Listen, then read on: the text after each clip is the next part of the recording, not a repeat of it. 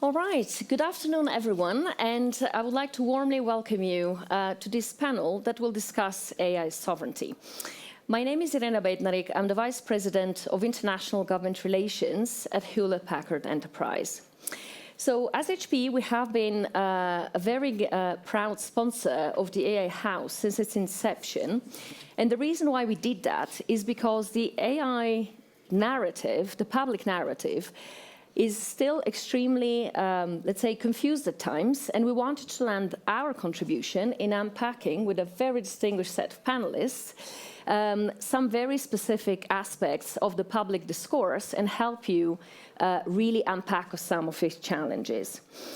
So, obviously, sovereignty has really started as a data conversation. A data conversation because the real question and concern, in particular of public sector, was third-party government access to data. And so it really did start as a flurry of regulations that were trying to establish a safety perimeter in terms of foreign access to data. However, we have all been here this week. We have all felt the excitement in town in the last past days, and especially for the presidential address yesterday. And so I think we can all agree that we are at a particular tipping point of the conversation. Why is that? Because the geopolitical dimension is actually really shifting this concept of sovereignty from being a purely data conversation to really becoming a concept that is applicable to the infrastructure layer and also to supply chains, and which obviously opens up the entire discussion about export controls. And I think Talal and I had the pleasure this year to look at this topic particularly specifically. So, a lot of regulations, and now we're looking at infrastructure and supply chains. So the panel will really focus on whether or not there is a dichotomy between the sense that we need to offer control over data, infrastructure, supply chain, and how actually at the same time we really reap the benefits of AI, which by definition need to be trained on very vast amounts of data that are more likely than not distributed. So, with no further ado, I would really like to introduce our panelists, and we have really a perspective from very different, let's say, parts of the stack. I will start with you, Talal. Talal from C42. And you have obviously a very ambitious project on the intelligence grid, and it will be very relevant to hear how you are designing your infrastructure layer to respond to the sovereignty concerns. Then, I don't want to go to the ladies later, but I just wanted to go to in the order of the stack.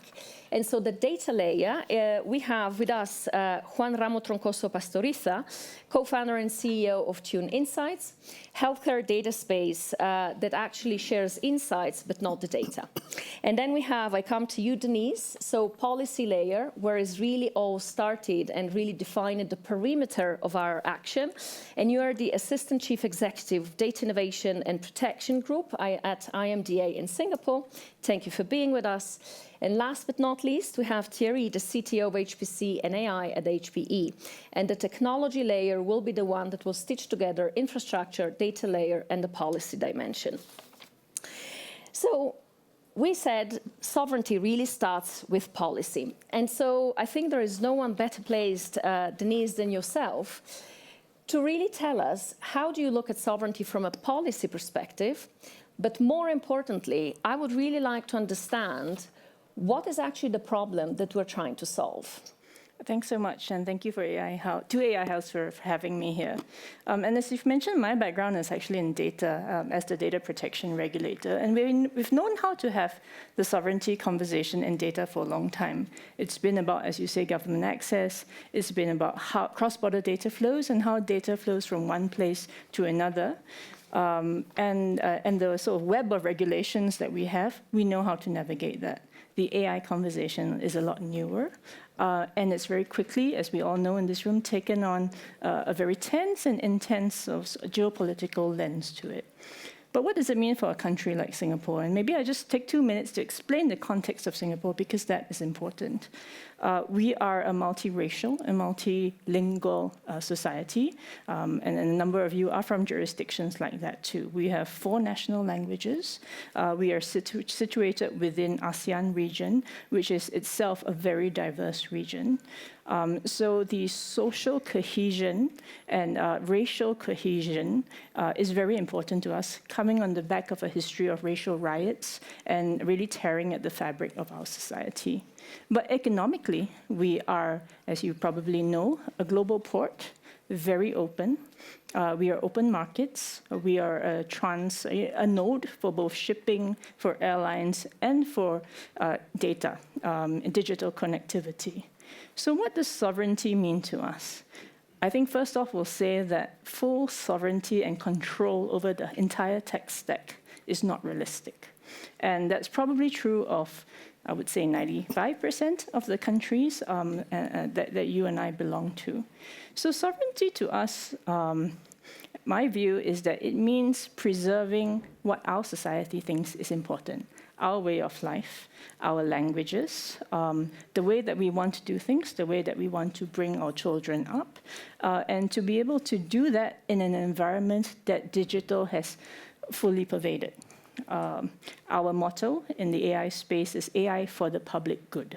So what that means is the public and the enterprises have full confidence to use AI in a way that is also safe, is responsible, is trustworthy.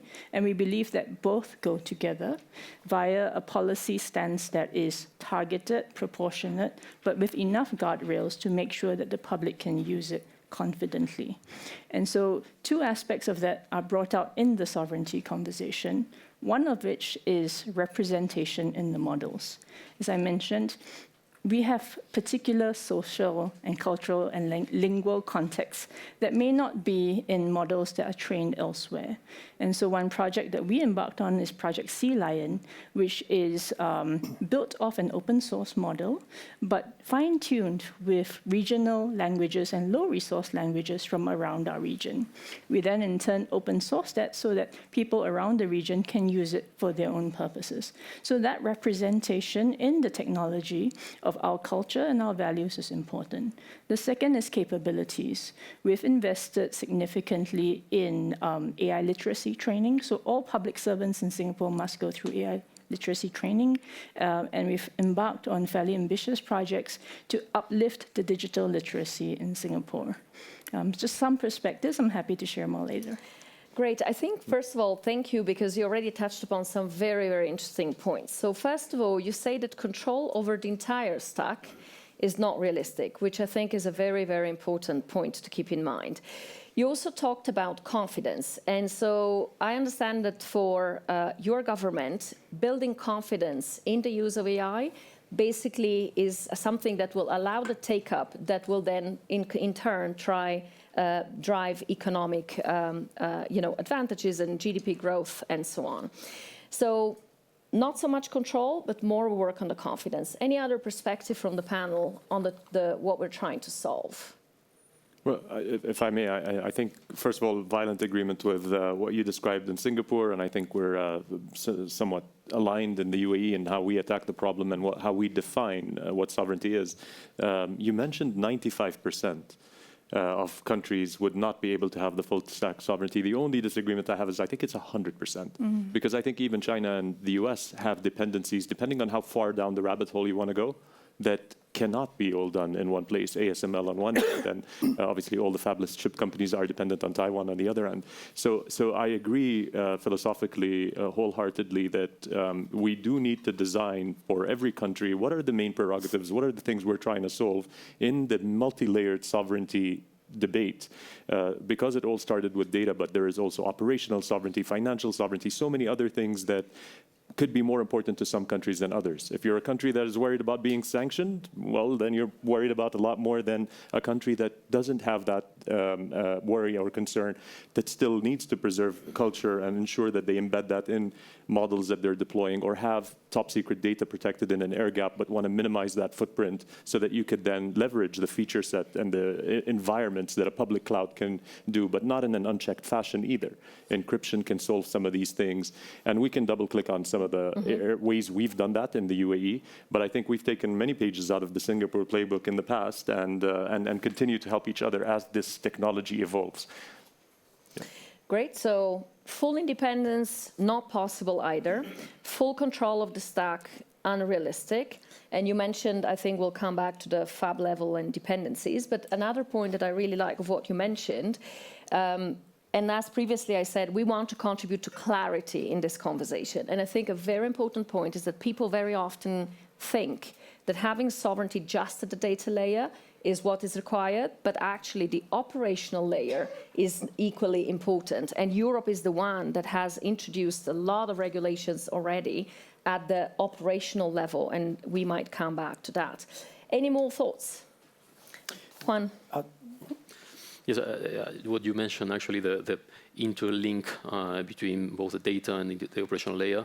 I mean, what we are doing in healthcare in particular is actually tightly linked to that, because you cannot decouple both things. I mean, data has value in and in itself, but what matters is how you use the data and where it has an impact. So you cannot decouple the data as a raw source from how it is applied, when it is applied, what are the guarantees on reliability, auditability, and how it actually translates into something that can feed AI systems and have the right impact on how these systems are used. So both layers are tightly linked, and we fully support that in decoupling actually the data from what we call insights, that is actually the distilled information or distilled impact, direct impact outcomes that are ready for use after the data has been distilled. Absolutely, and I think that what some people define current age is actually the era of insights, exactly to your point. So data is the currency, but unless you have the capability to extract the insights from the data, you actually basically can't generate any economic benefit, really. Thierry, any final thoughts on this point? Yeah, maybe just to stitch together the conversation on the layers of the stack. I think that's kind of my role here. I'm a technologist at heart. But what we see as well is that I think the strategy and the approach has moved from we had the cloud era where I think it was less opinionated. You fundamentally absorbed and consumed a function. But I agree with you cannot control the whole stack. But I do think that there is more opinionated measures and evaluations happening across the world as to what can I actually develop on a national level. Where can I insert sovereignty capabilities from an operational perspective? Creating a national LLM as an example, you can have that incongruency with a public LLM as well, based on cultural nuances and biases, and being respectful of that within a national context. But I think the other challenge is what is the right balance per nation, per entity, at all levels, national, provincial, divisional, in the public environment, private environment that's collaborating within the sovereign ecosystem. What is the right balance that needs to be struck in terms of operational sovereignty, exposure of data? Because there is also a risk that if you're not contributing data into the world's most adopted and most utilized models, you may lose out on functionality, capabilities, and innovation as well. So that balance of what sovereignty really means to a nation and not really developing strategic autonomy, as opposed to I still have enough capabilities interaction with the broader world to take part and benefit from the innovation, is a balance we see across the entire stack, from data to operations, to policy, to regulations, to the data I use, to how I implement safety and security and bias detection and the like as well. So that's a constant battle, very nuanced per nation, per entity, per mission. Great, and indeed to your point, I think this is the whole conversation that we're trying to unpack. So do we go just for indeed security control, or can we merge both, because we're actually taking a realistic approach, but above all, we need to extract the benefits out of AI. And I think you mentioned, Denise, that you're training your Sea Lion model also to address the languages and the cultural nuances of the neighboring countries, and that's exactly the richness of AI and the whole point. Okay, so we already heard sovereignty doesn't necessarily mean the same thing to all stakeholders, but probably sovereignty doesn't have to mean the same thing to different stakeholders. And so probably this leads us to the consideration that you really need to ask yourself, when you are trying to build a sovereign model, what is actually the use case that I need to address? So what are the requirements of my specific use case objectives that I need to keep in mind, and how I'm going to make sure that I protect what really matters for my use case?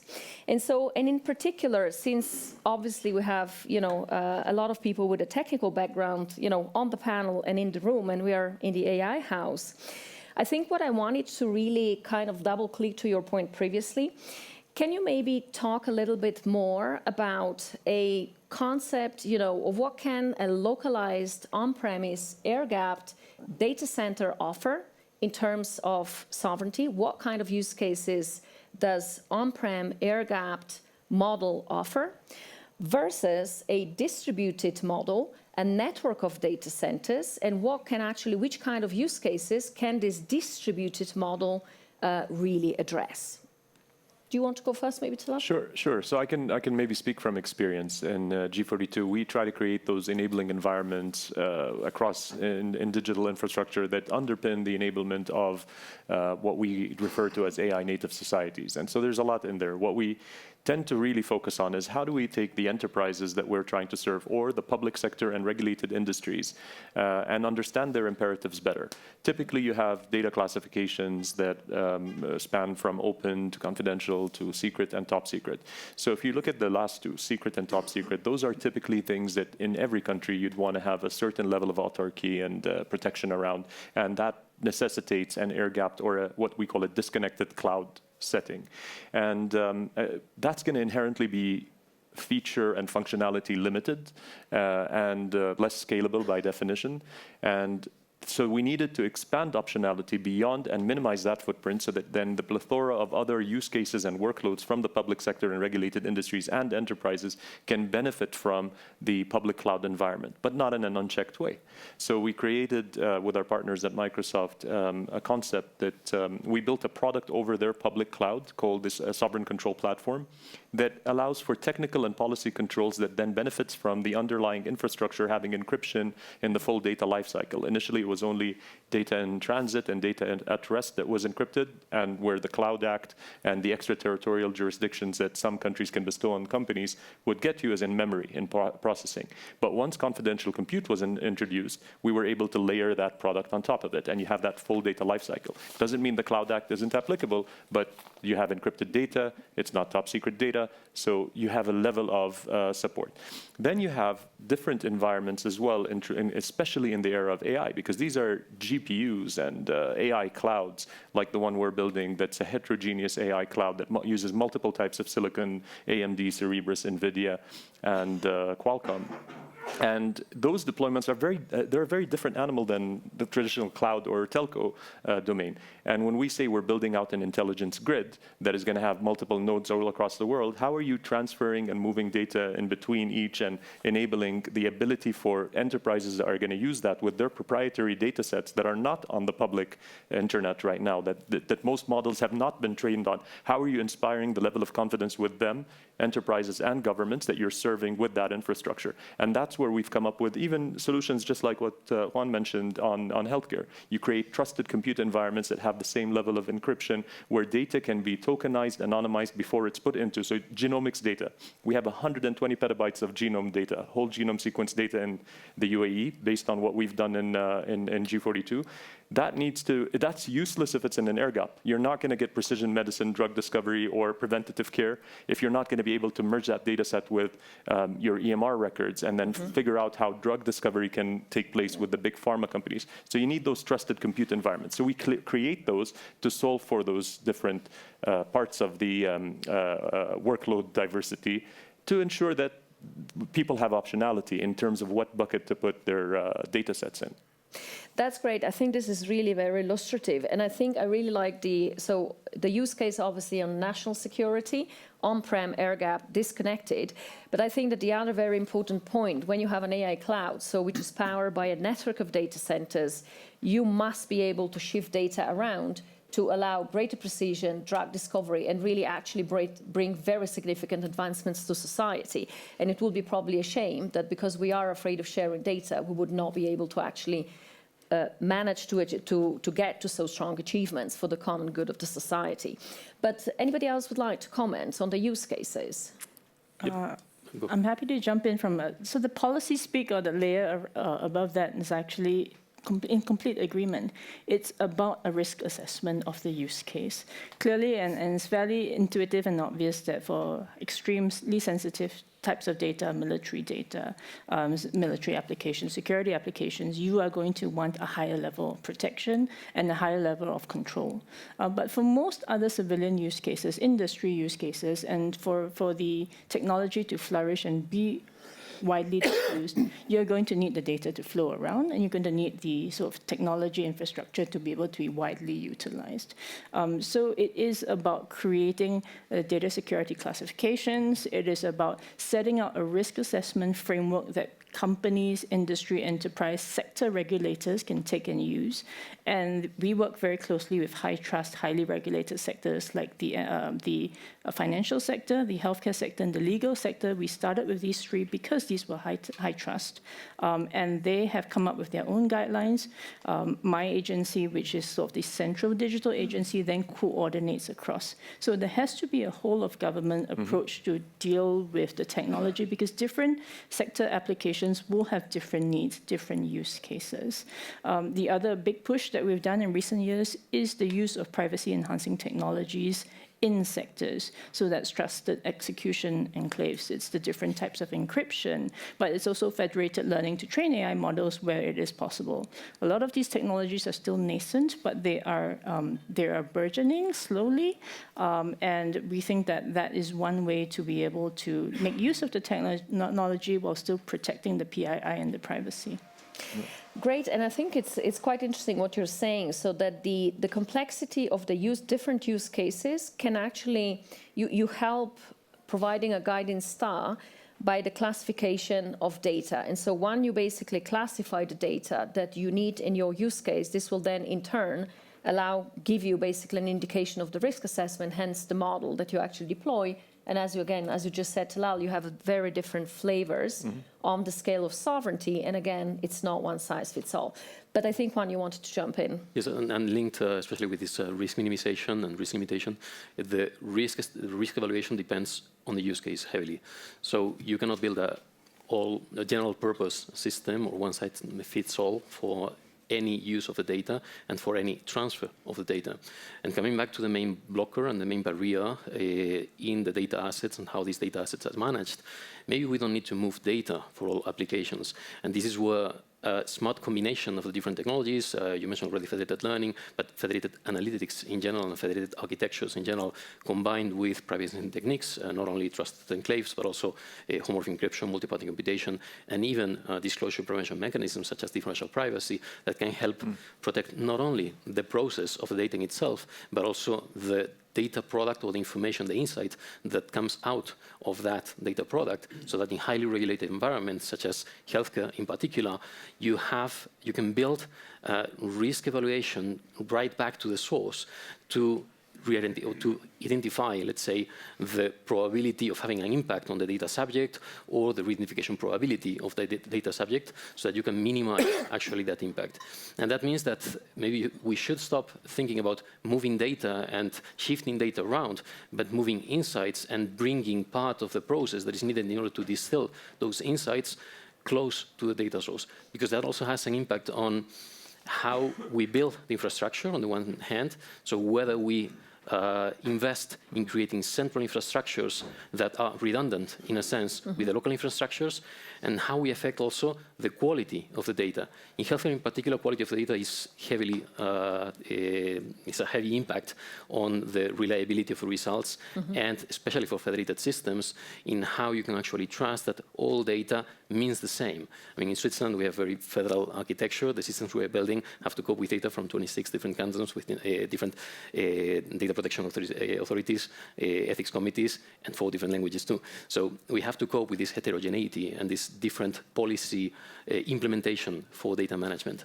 So data transfers and quality of data are key, and key blockers, let's say, for the use. So changing the mindset, and instead of shifting data, moving insights, and bringing part of the governance, control, and auditability of this pipeline to create those insights back to the source, helping also the source invest in increasing the quality, not only for the secondary use of the data, but also for the primary use, has a strong, enormous impact on the whole ecosystem.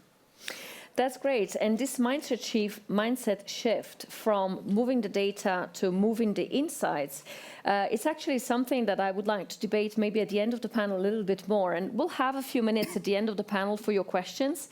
For sure, the idea is that you ask the panel questions, but actually also I would love to hear from your perspective if you are, any of the stakeholders in the room are already shifting insights instead of the data. But I think it's a point worth coming back to it maybe at the end of the panel once more. Thierry, any comments from your side? Yeah, just a closing comment again, I think just to stitch it all together. I mean, AI is no longer just a technology discussion. It's a geopolitical and a technology discussion. And any leader in a sovereign AI context, a CEO, CFO in an enterprise context, in a research and discovery has to master both. They have to have a small degree in AI and they have to have a small degree in geopolitical. And so I think that the real recipe that we see broadly across the world is to build the ecosystem as either a confidential domain or a classified domain. And having all the ecosystems and constructs for the stack, the software, the data, the curation, the normalization, the cleansing of the data, all the way through to how do you manage the insights, approve the outcomes, which is ultimately the goal, to be able to flex that in a really dynamic and automated way to either point it at a confidential domain or a classified domain. Really being confidential, I'm federating learning, I'm enabling and interacting with technology partners for innovation. In a confidential context, I'm really going towards developing strategic autonomy.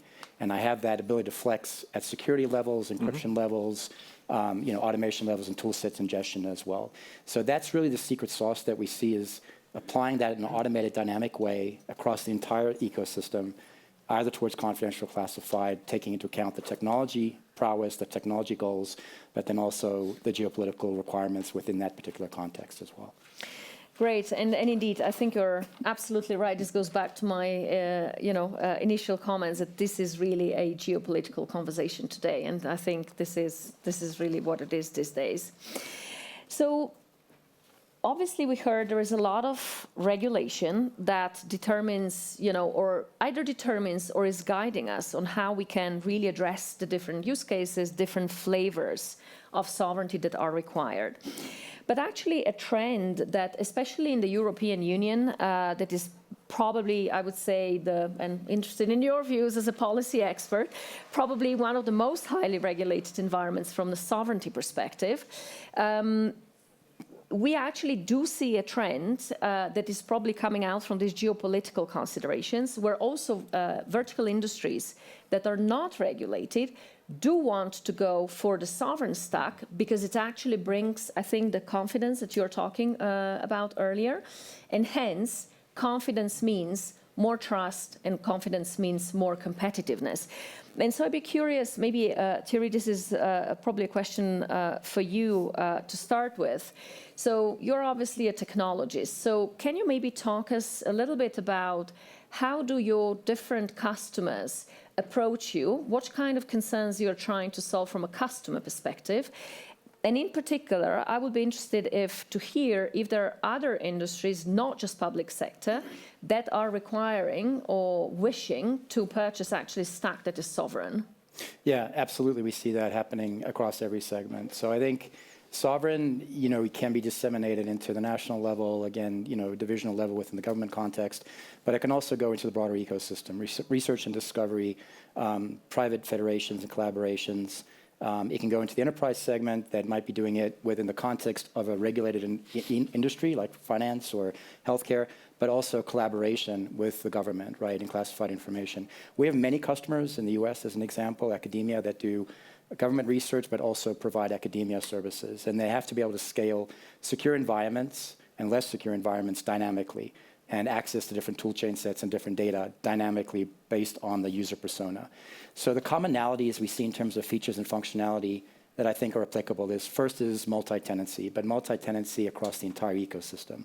So from the data tier, the storage tier, through to the fabric, through to the user portal, through to the container level, comprehensively be able to segment that at either a hard multi-tenancy level or a soft multi-tenancy.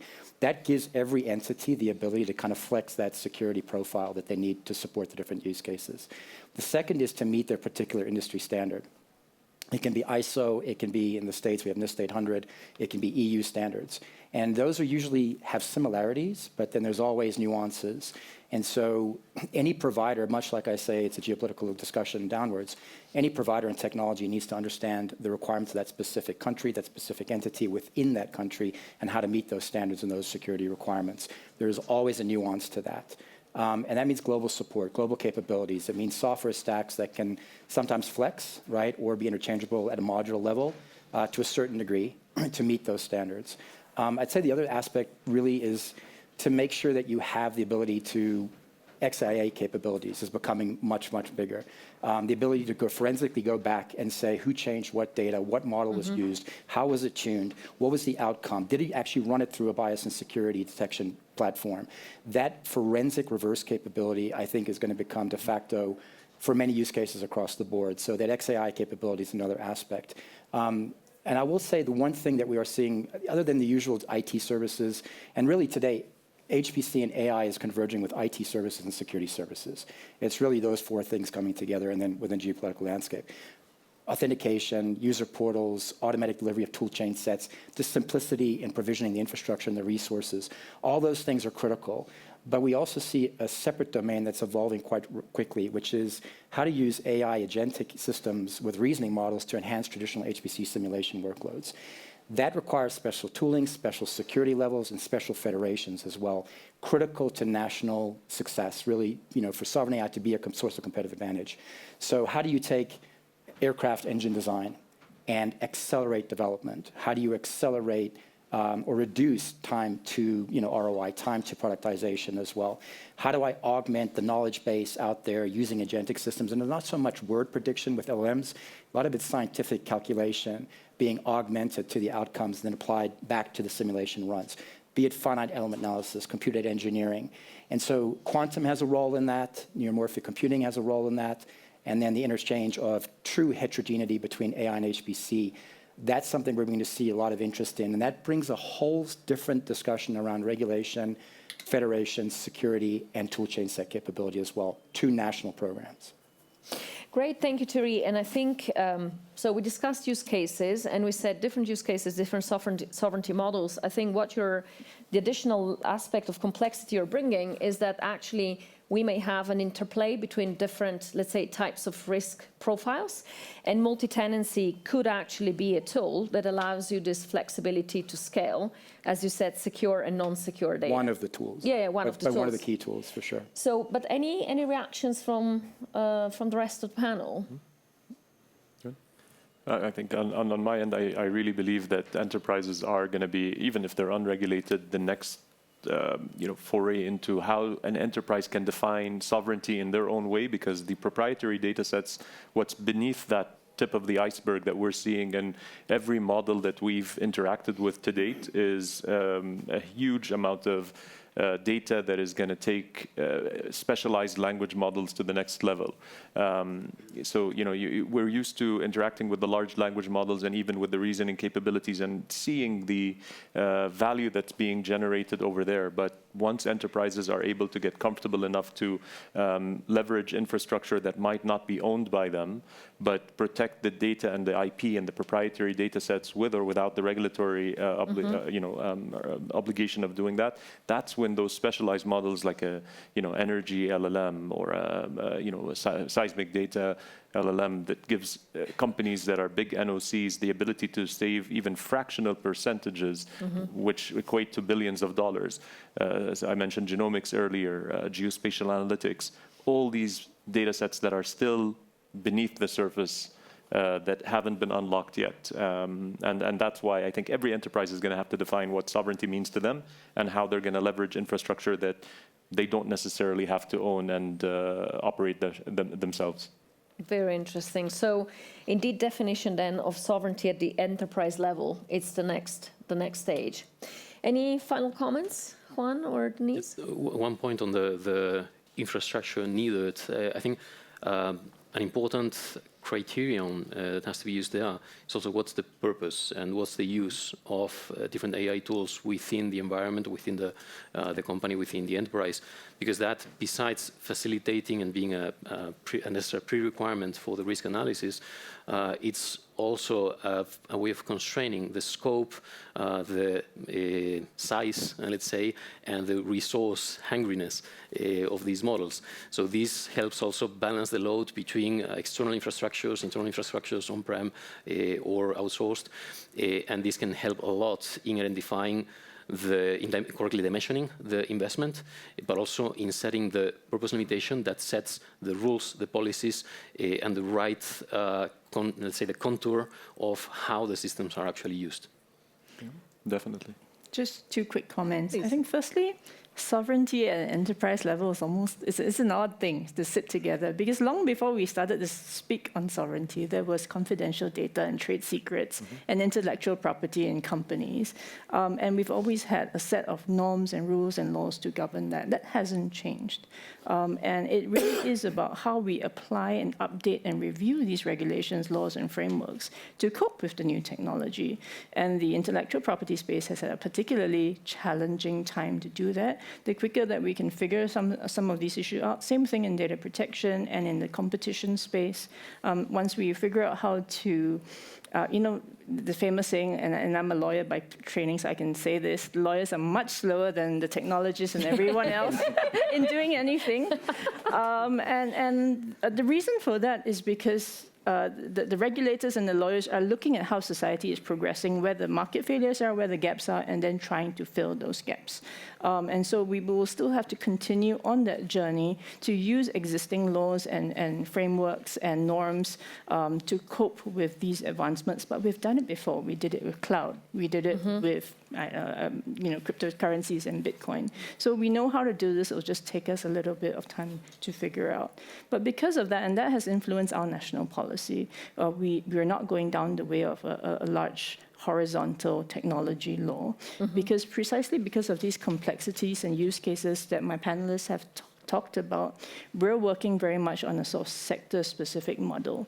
The financial regulator is going to have to figure out how to harness the data that's in their sector while still protecting for the concerns that they have. Same thing with the healthcare regulator.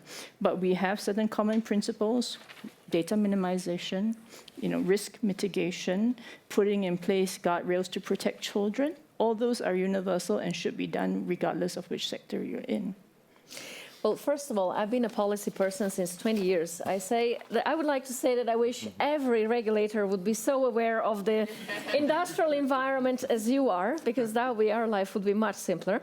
And actually, you did preempt my next question, because since we heard that obviously regulation, as you indicated before, is a guiding star with the analysis, let's say, of the classification of data risk assessment, actually my question would be the following. So how do you actually coordinate at international level regulatory frameworks?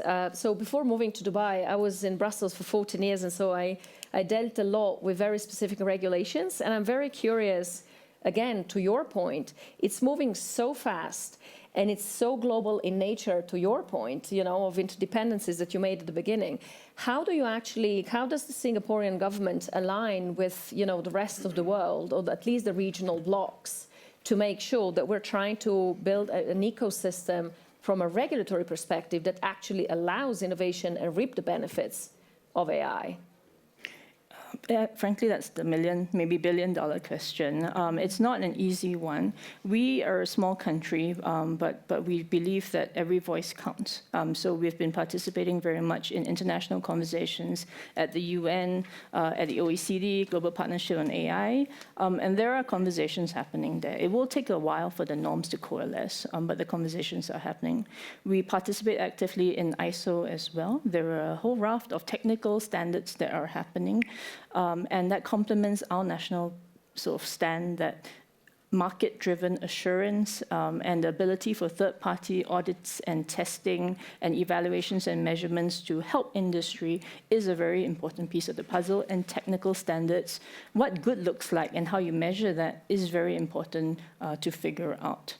So that's some of the work we've been doing, but complemented by targeted regulation where it's needed. So we have intervened with laws in elections, for example. We passed an election integrity law to say no AI deepfakes and impersonations of politicians for a limited window during the election period. So we're not afraid to intervene using regulation where we need to, but our position is it has to be targeted, it has to be clear, and it has to be for a very focused purpose. And I have to say that the pragmatism of Singapore is probably the recipe of your success. And this has been really a guiding principle for a very long time.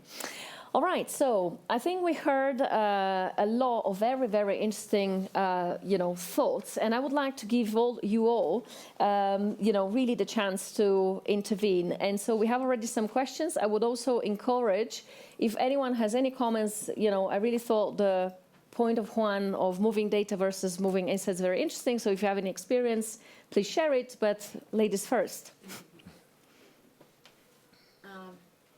Good afternoon.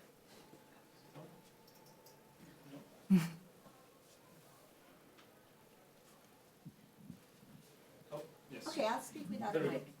Okay. Good afternoon, everyone. My name is Benedetta Audia. I wear multiple hats. I'm a former UN legal advisor. I'm an attorney as well. Yes. Yes, and I'm a professor of UN procurement and World Bank procurement at George Washington University. I'd like to follow up on the question that Irina just asked about the role of international organizations in this discussion. And you talked about conversations currently taking place at the UN. Singapore has always been a role model in the area of technology. Really, I mean it.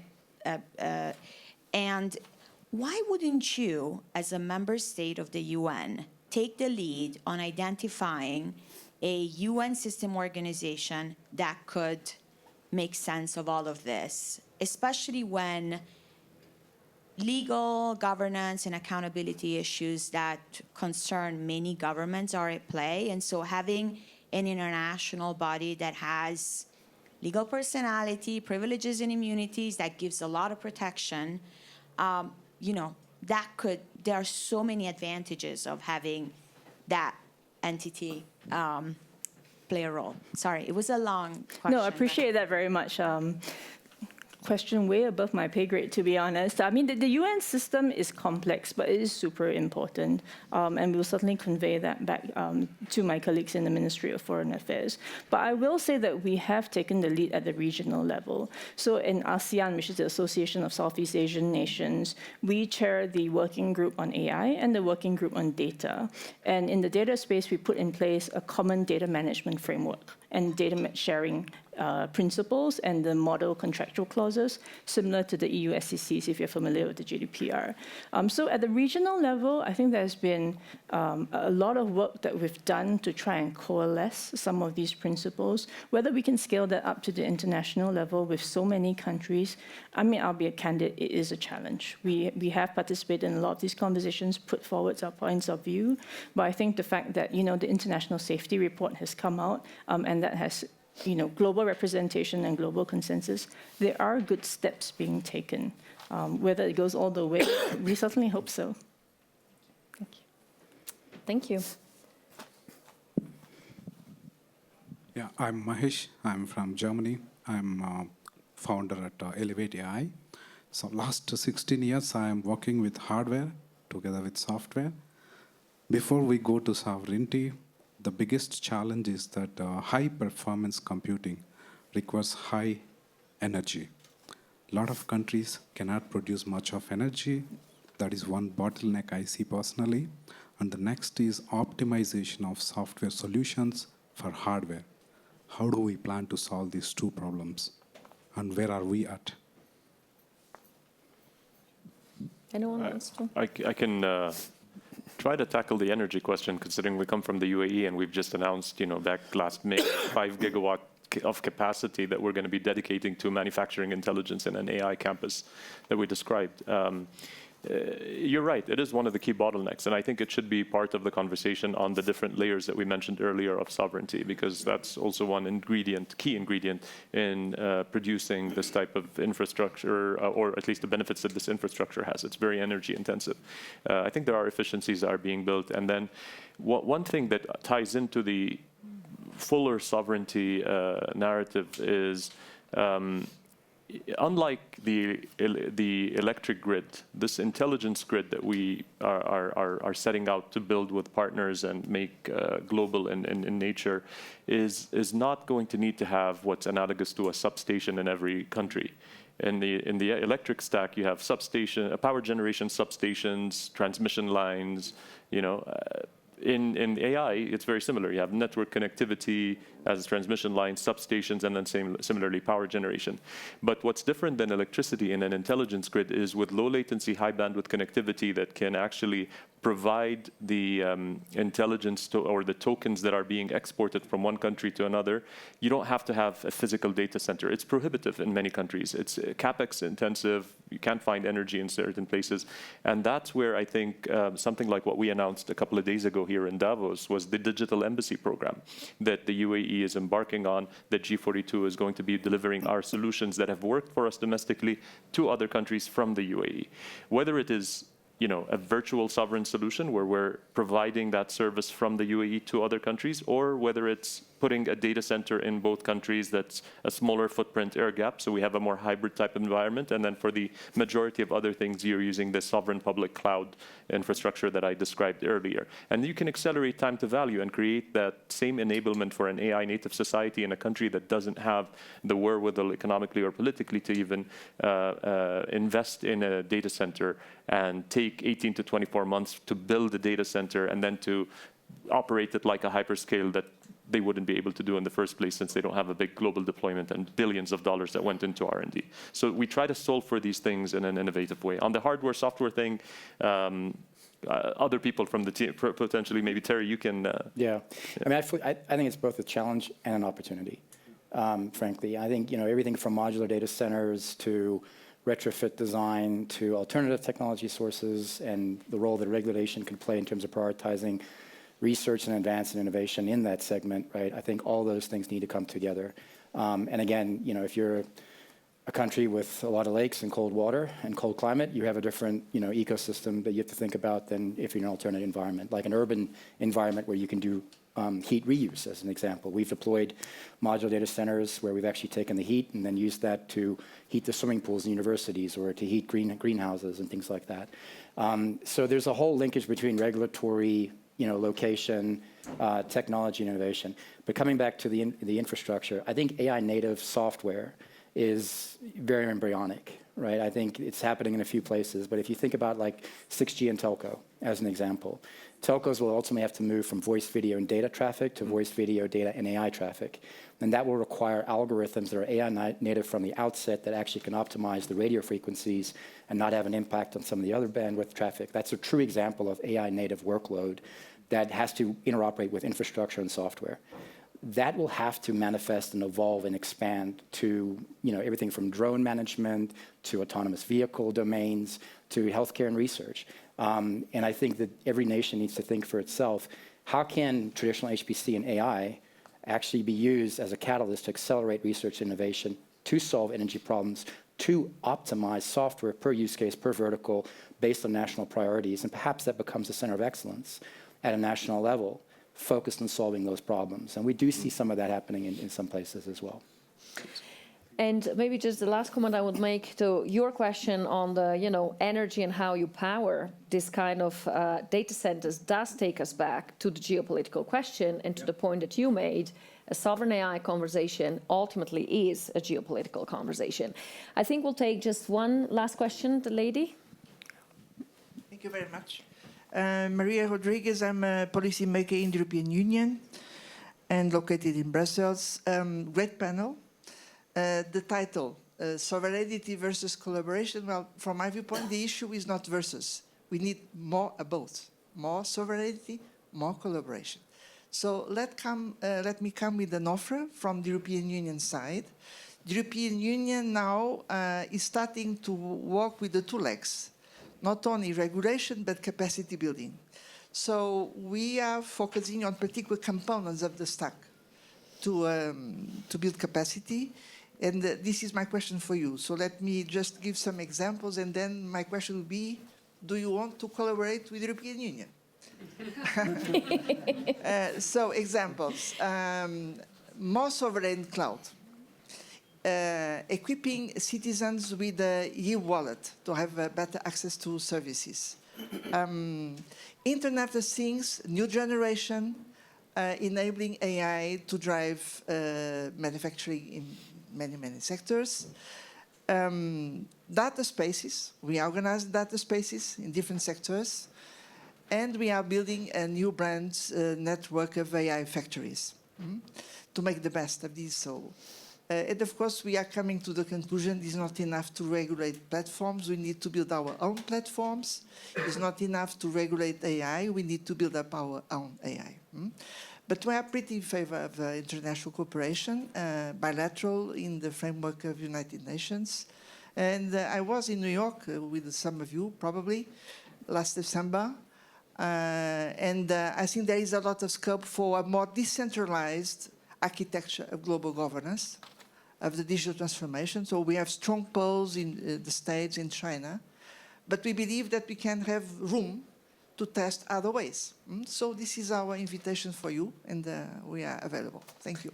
Great. Thank you so much, first of all, because it would be remiss not to mention, obviously, indeed, the capacity building, the AI factories and EU gigafactories. And really, I think the Commission has a very strong vision and determination to build capacity, also in the European Union as a bloc. And since I'm conscious that we have 3 minutes left, I think we can continue the conversation offline.